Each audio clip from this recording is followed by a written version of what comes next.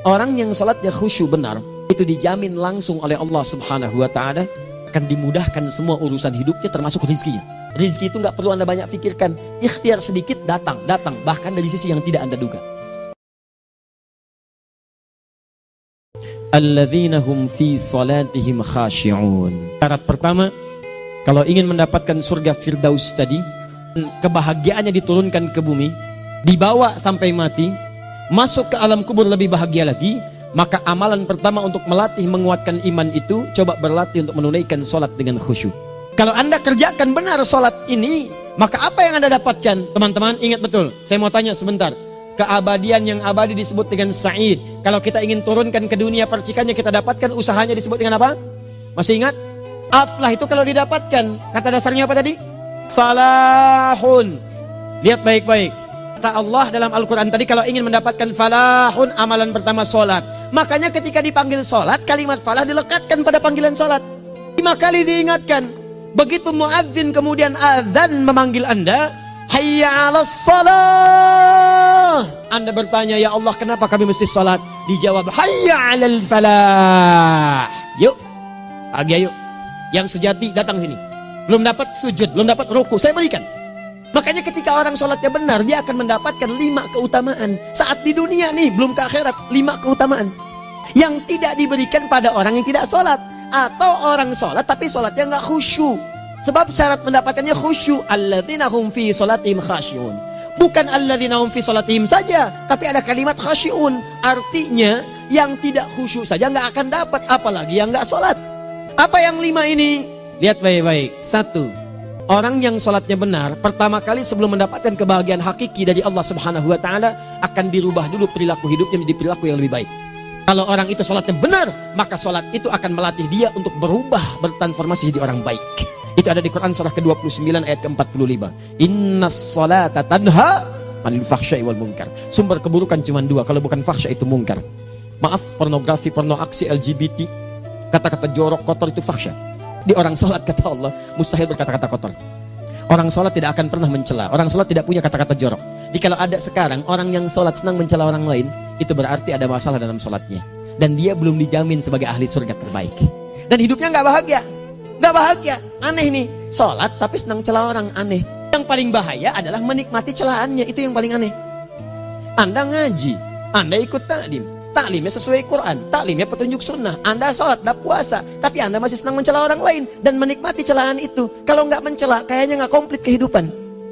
Maka ada yang salah dengan ibadah Anda. Karena mustahil taat bertemu dengan maksiat, itu mustahil.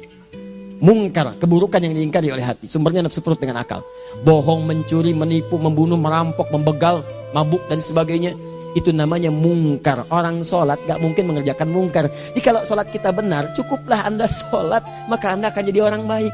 Makanya kata Nabi, Anda punya anak dari kecil ajarin sholat. Sholat, kalau naik jadi balik, kerjakan terus. Kasih pelajaran membuat dia mengerti. Kalau masih susah, berikan pelajaran. Ini sering diterjemahkan dengan memukul. Mukul di Arab beda dengan konteks mukul sekarang. Mukul di Arab tuh ngasih pelajaran supaya ngerti. Anda bisa terjemahkan dengan konteks lain. Uang jajannya tahan, yang kesukaannya simpan dulu. Bisa dengan konteks kekinian. Tapi poinnya, kenapa anak Anda dari kecil ajarin sholat, sampai kenalkan dengan masjid, ajari 3 tahun bawa ke masjid, kenalkan dengan masjid. Gak ada masalah lari-lari itu sebelum waktu sholat. Kenalkan dulu. Dulu orang-orang tuh begitu, sebelum waktunya dikenalkan, jalan, begitu lari, biarin dulu. Setelah itu diberi pengertian. Nah, ini bukan tempat berlari, yang berlari di sana nanti, yang di sini nanti akan ada orang-orang baik semuanya. Terus anda lihat berbaris, baris rapi. Kalau pengen baik ikutan baris nanti. Terus nanti ada yang mimpin di depan, namanya imam. Imam itu siapa ya? Tetangga kita bukan yang Pak Imam, bukan. Kalau tetangga kita namanya Imam S. Arifin. Kalau yang ini imam sholat namanya. Imam sholat itu nanti akan pimpin menyembah Allah. Allah siapa ayah? Allah itulah yang memberikan ayah rizki. Allah itu yang memberikan ayah rizki sehingga bisa beli tobot buat kakak, beli robokar poli. Ini yang poli, ini yang embers, ini yang heli. Ini dulu kakak semuanya tuh. Yang kasih Allah. Nanti kalau kakak bagus bisa ikut rapi di sini. Allah akan senang, akan ditambah lagi oleh Allah. Oh begitu ya. Datang, begitu caranya. Nih, 2. Orang kalau sholatnya benar, Allah akan berikan ketenangan dalam jiwanya. Tenang hati. Jangankan musibah kecil, musibah paling besar pun tenang aja dia. Tenang, dia paham rumusnya. Allahu Akbar. Turun Quran. Surah ke-13 ayat ke-28. Ala bidzikrillahi tatmainnul. Yakinkan pada dirimu zikir kepada Allah membuat hati tenang. Di antara turunan zikir amalannya adalah salat. Dari mana taunya Quran surah ke-20 ayat ke-14. Innani anallahu la ilaha illa ana fa'budni wa aqimis salata li dzikri. Saya Allah, kata Allah ke Nabi Musa. Tidak ada Tuhan selain saya, sembah saya. Bagaimana menyembahmu ya Allah? Tunaikan salat sebagai zikir kepada saya, zikir. Nah, maka kalau Anda sedang tidak tenang, ayo ke masjid. Banyak zikir itu, baca Quran zikir. Quran surah 15 ayat 9. Inna nahnu nazzalna dzikra. Kami turunkan Al-Quran sebagai zikir. Jadi kalau Anda sedang baca Al-Quran, Anda sedang berzikir. Berdoa, zikir. Quran surah ke-7 ayat 205. Wadhkur rabbaka fi nafsika tadarruan wa khifatan wa dunal jahri minal qaul. Ayo berzikir, minta kepada Allah dengan segenap jiwamu, mohon dengan penuh ketawaduan. Nanti ketenangan diberikan. Menyebut nama Allah, Al-Asmaul Husna itu zikir. Sedang ada persoalan, ya Allah, ya Allah, ya Allah, ya Rahman, ya Rahim, ya Malik, ya Qudus, ya Allah, ya Allah, ya Allah, ya Allah. Zikir. Dalilnya Quran surah kedua ayat 152. Fadhkuruni adzkurkum. Sebut namaku, zikir. Apapun akan mengingatmu. Gimana menyebutnya? Ditafsir di Quran surah 17. Ayat keberapa? 110. Qulidullah awid rahman ayyamma tad'u falahul asmaul husna. Sebut nama Allah. Itu menentamkan pada jiwa. Sedangkan sholat gabungan dari semua zikir tadi. Bukankah dalam sholat Anda baca Al-Quran? Bukankah dalam sholat Anda menghafal Al-Quran? Bukankah dalam sholat Anda berdoa? Bukankah dalam sholat Anda istighfar? Anda mohon digabungkan semua itu. Amalan sholat menggabungkan semua jenis zikir. Masa Anda nggak tenang juga? Makanya sholat, jangankan sholat ya, tempat sholat itu yang menenangkan. Tempat sholat, tempat paling tenang di muka bumi. Silahkan cek, kalau cari ketenangan datang ke masjid. Masuk, wudhu masuk, sholat 2 rakaat, tenang. Dekat kipas angin, saking tenangnya, plak, ngantuk tidur. Beneran. Itu gambarannya, tiga. Orang yang sholatnya khusyuk benar, itu dijamin langsung oleh Allah Subhanahu wa Ta'ala akan dimudahkan semua urusan hidupnya, termasuk rezekinya. Anda kalau benar sholatnya, itu langsung dijanjikan oleh Allah. Rizki itu nggak perlu Anda banyak pikirkan. Ikhtiar sedikit, datang. Bahkan dari sisi yang tidak Anda duga. Apa dalilnya? Quran surah ke-65 ayat 2 dan 3. Ditafsir di Al-Baqarah ayat 2 dan 3. Wa may yattaqillaha yaj'al lahu makhraja. Ada orang yang meningkatkan takwanya kepada Allah, kami mudahkan urusan hidupnya. Setiap persoalannya diberikan jalan keluar, mudah. Solusi. Setiap ada problematika, ada solusi. Wa yarzuqhu min haitsu la yahtasib. Dan kalau dia ingin mendapatkan rezeki, bahkan kami kirimkan dari sisi yang tidak dia duga. Orang lain capek ini datang lagi, tawaran proyek datang lagi. Utsman tuh Masya Allah, kayanya banyak. Tapi yang paling dirindukan bukan saat mendapatkan peningkatan omsetnya, yaitu saat dia mendapatkan waktu khusus dengan Allah untuk sholat. Malam hari sampai-sampainya sempat sholat tahajud sampai khatam Al-Quran. Abdurrahman bin Auf demikian, Tamim Ad-Dari demikian. Sholat karena tahu sholat itu meningkatkan rezeki. Karena tahu kuncinya ada di situ, Allah yang punya rizki. Disebut dengan Razak, pemilik rizki. Maka saya harus punya hubungan dekat dengan Allah. Kalau sudah punya hubungan dekat, mau apa aja gampang. Belum minta, udah diperhatikan. Silahkan cek, Anda punya hubungan baik dengan bos Anda di kantor. Sebelum Anda minta, beliau udah pikirin tuh. Telepon bendahara. Dia udah ngambil belum gajinya? Belum Pak, tambahkan bonus sekian. Kenapa? Karena dia mengawasi Anda. Allah maha tahu dibandingkan dengan bos Anda. Mendekat kepada Allah, semua diperhatikan oleh Allah. Siapa orang takwa itu? Kalimat takwa pertama di Al-Quran Al-Baqarah ayat 2, amalannya ayat 3. Dzalikal kitabu la raiba fihi hudal lil. Siapa mutakin itu? Ayat 3-nya. Alladzina yu'minuna bil ghaib wa yuqimunas shalah. Gampang. Kalau pengen mudah hidupnya gampang. Biaya nggak mahal, tenaga nggak banyak, tingkatkan takwa. Jadi kalau hidup Anda masih susah, di kantor champion, di rumah tangga bermasalah terus, atau sebaliknya, maka boleh jadi kalau gelar Anda tinggi, harta Anda banyak, tapi selalu punya masalah. Bukan Anda kurang hebat, bukan Anda kurang kedudukan, bukan Anda kurang kaya, Anda kurang takwa. Dan yang paling dahsyat, mungkin sholat Anda belum berkualitas. Orang yang sholatnya benar, khusyuk dia, bahkan saat sholat itu kalau dia minta, maka seketika doanya akan dikabulkan. Tanpa diskusi, langsung seketika. Contoh Quran surah ketiga ayat 38 sampai 39. Demi Allah saya katakan, Nabi Zakaria punya masalahnya pelik. Sudah berumah tangga, istrinya divonis monopos, maaf bahkan mandul. Gak mungkin punya keturunan. Maka apa yang beliau kerjakan? Secara singkat beliau sholat. Begitu sholat minta kepada Allah. Hunalika da'a Zakaria rabbah. Di mihrab itu beliau bermohon kepada Allah. Bermohonnya sambil sholat. Qala rabbi habli min ladunka dzurriyyatan thayyibah innaka sami'ud du'a. Ya Allah, mereka katakan saya nggak mungkin punya keturunan. Sekarang saya ingin katakan, ya Allah, saya hanya minta darimu saja, saya nggak akan dengarkan mereka. Ya Allah, mohon engkau maha mendengar, ya Allah. Maha mendengar doa saya. Kalau kepada yang maha mendengar aja nggak mengabulkan, kepada siapa lagi saya mesti minta? Apa yang terjadi? Fanadatul malaikat wa huwa qa'imun yusalli fil mihrab. Turun malaikat mengabarkan, sedangkan beliau masih sholat, belum selesai dalam sholatnya. Sholat khusyuk itu belum selesai sholat aja dikabulkan, doa sudah turun. Sholatnya belum selesai, doa sudah dikabulkan. Annallaha yubashshiruka bi Yahya. Allah kasih kabar gembira, doa kamu didengar, dikabulkan, kamu akan punya anak, namanya langsung dari Allah Yahya. Artinya hidup yang mustahil menurut manusia, lahir seorang dari rahim perempuan yang menepus dan mandul, bayi yang hidup, kata Allah nggak ada yang mustahil bagiku, jadi dan jadi dia. Berita baiknya, Nabi Zakaria sholat dikabulkan. Umat Nabi Muhammad sebelum sholat sudah ditunggu oleh Allah, mau minta apa, aku kabulkan sekarang. Hadisnya qudsi, saya bacakan. Hadatsana qala Rasulullah sallallahu alaihi wasallam, qala Allahu azza wa jalla, qasamtu shalah baini wa baina abdi. Kata Allah, saya bagi dua ya, salat antara aku dengan hambaku. Wali abdi ma sa'ala. Kalau hambaku benar salatnya, aku berikan apapun yang dia minta sekarang. Idza qala al-abdu alhamdulillahi rabbil alamin. Bagian pertama, kalau hamba benar dibaca Al-Fatihahnya dari alhamdulillahi rabbil alamin, kalau Allah azza wa jalla dijawab oleh Allah, hamadani abdi, hambaku sedang memujiku. Wa idza qala ar-rahmanir rahim, jika hambaku berkata ar-rahmanir rahim, qala Allah azza wa jalla athna alayya abdi, hambaku sedang menyanjungku. Wa idza qala maliki yaumiddin, qala Allah azza wa jalla majjadani abdi, kalau hambaku mengatakan maliki yaumiddin, kata Allah hambaku sedang mengagungkanku. Perhatikan sekarang. Wa idza qala al-'abdu iyyaka na'budu wa iyyaka nasta'in, jika hambaku berkata sekarang, ya Allah, kami sekarang ibadah, sholat menyembahmu, dan kami sekarang sedang punya masalah, kami hanya minta tolong kepadamu ya Rabb. Apa jawabannya? Beda dengan sebelumnya. Kata Allah, hadza baini wa baina abdi, inilah perjanjian antara aku dengan hambaku. Wali abdi, kalau hambaku benar khusyuk sholatnya sampai detik ini, baru sampai Al-Fatihah itu pun belum tuntas, baru sampai Al-Fatihah itu pun belum tuntas. Kalau benar bacaannya betul, sholatnya dari takbir sampai dengan selesainya, sampai ayat itu, iyyaka na'budu wa iyyaka nasta'in, kata Allah, masalah apapun yang dia minta sekarang, aku akan kabulkan. Besok saya kasih rahasia yang di KBP. Ada awal pembuka di awal sebelum Al-Fatihah yang kalau Anda benar bacanya, itu pengantar kepada pengabulan doa di Al-Fatihah. 5. Yang kelima ini yang paling diharapkan, dan ini penutup dalam kajian kita malam ini. Teman-teman sekalian, perhatikan baik-baik. Jika Anda benar mengerjakannya, maka Allah akan jamin langsung Anda akan mendapatkan kesuksesan dan kebahagiaan di semua aktivitas Anda.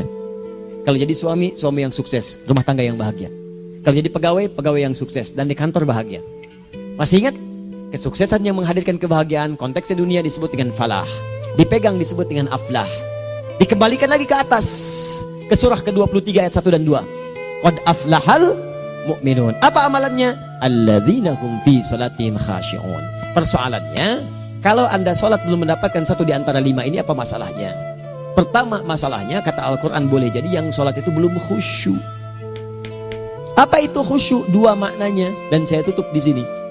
Apa yang 2 itu? 1, kebanyakan orang sholat masih membawa dunia dalam sholatnya.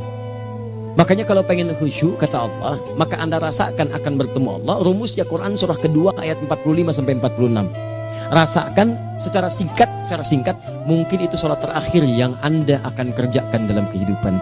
Mungkin di sholat itu Anda wafat. Kata Allah, alladzina yadhunnuna annahum mulaqu rabbihim. Orang khusyuk itu sudah kelihatan dari sebelum sholat, dia sudah merasa persiapan menghadap Allah.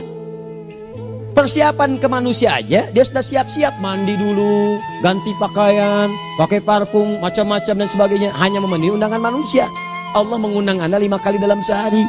Ya maaf, mengabulkan doa Anda, mencukupkan kebutuhan, menyembuhkan kalau sakit, disiapkan Anda. Harusnya apa? Penampilan sempurna. Kata Quran, orang khusyuk itu kelihatan sebelum sholat, pakaiannya kelihatan. Quran surah 7 ayat 31, ya bani Adam khudhu zinatakum inda kulli masjid. Hai anak cucu Adam, kalau tiba panggilan dari masjid, kenakan pakaian terbaikmu. Di anak cucu Adam tuh kelihatan. Kalau orang khusyuk, begitu azan kelihatan pakaiannya lain. Pakaiannya indah. Khudhu zinatakum, kenakan pakaian terbaikmu. Dipakai, bertemu Allah. Bertemu manusia aja pakaian bagus-bagus. Bedakan. Pakaian futsal, pakaian sholat ganti dengan yang sholat. Ini gimana pakaian sholat pakai pakaian futsal? Depannya gambar Messi, belakang Ronaldo. Repot. Malaikatnya juga bilang, kamu salah baju, harusnya Luka Modric. cara berpikirnya bagaimana kalau besok meninggal, nggak kesampaian teman-teman sekalian, nggak kesampaian. Nah maka dari itu, Anda kalau mau ada panggilan sholat, siap-siap baju yang bagus, itu sempurnakan. Anda panggilan orang, mandi. Panggilan Allah, buka Quran surah 5 ayat 6, sempurnakan wudu. Ya ayyuhalladzina amanu idza qumtum ila shalah faghsilu wujuhakum, wudu yang baik, berpakaian yang rapi. Kenapa? Karena boleh jadi saat dipanggil Anda wafat saat itu.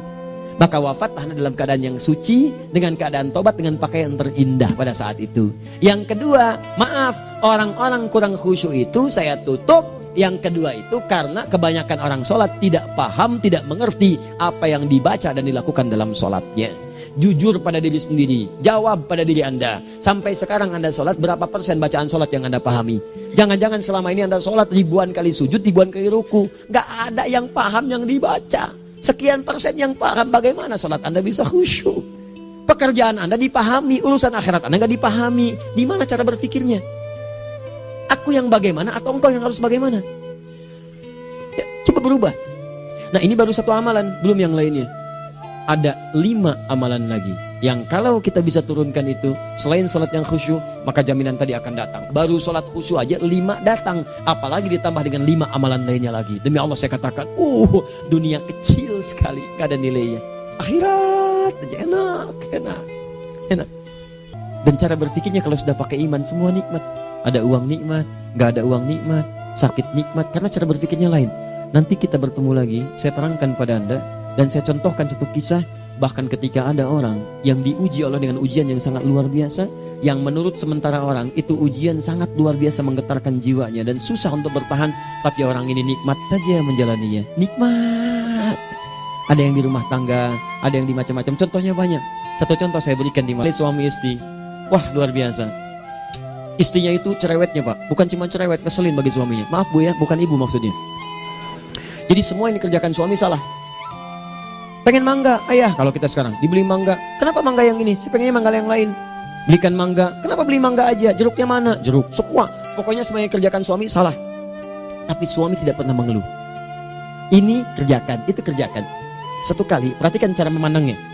Ketika iman sudah masuk ke dalam jiwa, kata temannya, akhi, istri kamu ini begini, nyusahin kamu. Kenapa kamu gak cari yang lain? Kan gampang ada syariat, udah pisahin aja cari yang lain, kamu tenang ibadah. Apa jawabannya? Allah sudah turunkan surga ke saya lewat dia. Kenapa kamu meminta saya untuk menjauhinya dan meninggalkan surga saya? Ini cara melihat dia. Bukankah ketika ada berbagai keluhan saya sabar? Bukankah sabar mendekatkan saya ke surga? Allah kirimkan tipikal istri seperti ini supaya mendekatkan saya ke surga. Dengan itu kan saya banyak pahala. Saya sabar, pahala banyak. Sudah Allah berikan pahala kepada saya, kamu malah nyuruh saya untuk berpisah dengan pahala itu. Perhatikan cara berpikirnya, indah. Kalau rumah tangga seperti ini semuanya enak gitu. Suaminya biasa-biasa, istrinya cantik, luar biasa. Begitu berdandan kelihatan kata suaminya, Masya Allah, wajahnya tak berpaling, mata tak berkedip. Kata istrinya, ya zauji madzabik, sayang kamu kenapa? Allah syakiran lillah bihadari. Demi Allah, aku bersyukur mendapatkan istri secantik kamu. Kata istrinya, nahnu fil jannah zauji, kita berdua di surga. Kata suaminya, kok bisa begitu jawabanmu? Iya, kamu bersyukur dengan keadaanku, aku bersabar dengan keadaanmu. Catat. Bukankah orang syukur dan sabar di surga? Tuh lihat, canda-canda orang-orang soleh itu begitu. Nikmat ketawa walaupun nyelekit di hati. Cuman bawaannya enak gitu. Nah, nanti itu ada tuh, nanti saya turunin tuh. Yang di rumah tangga, yang ini, yang itu nanti. Kapan? Pertemuan berikutnya. Sekali lagi, perbaiki hidup. Jangan banyak mainnya.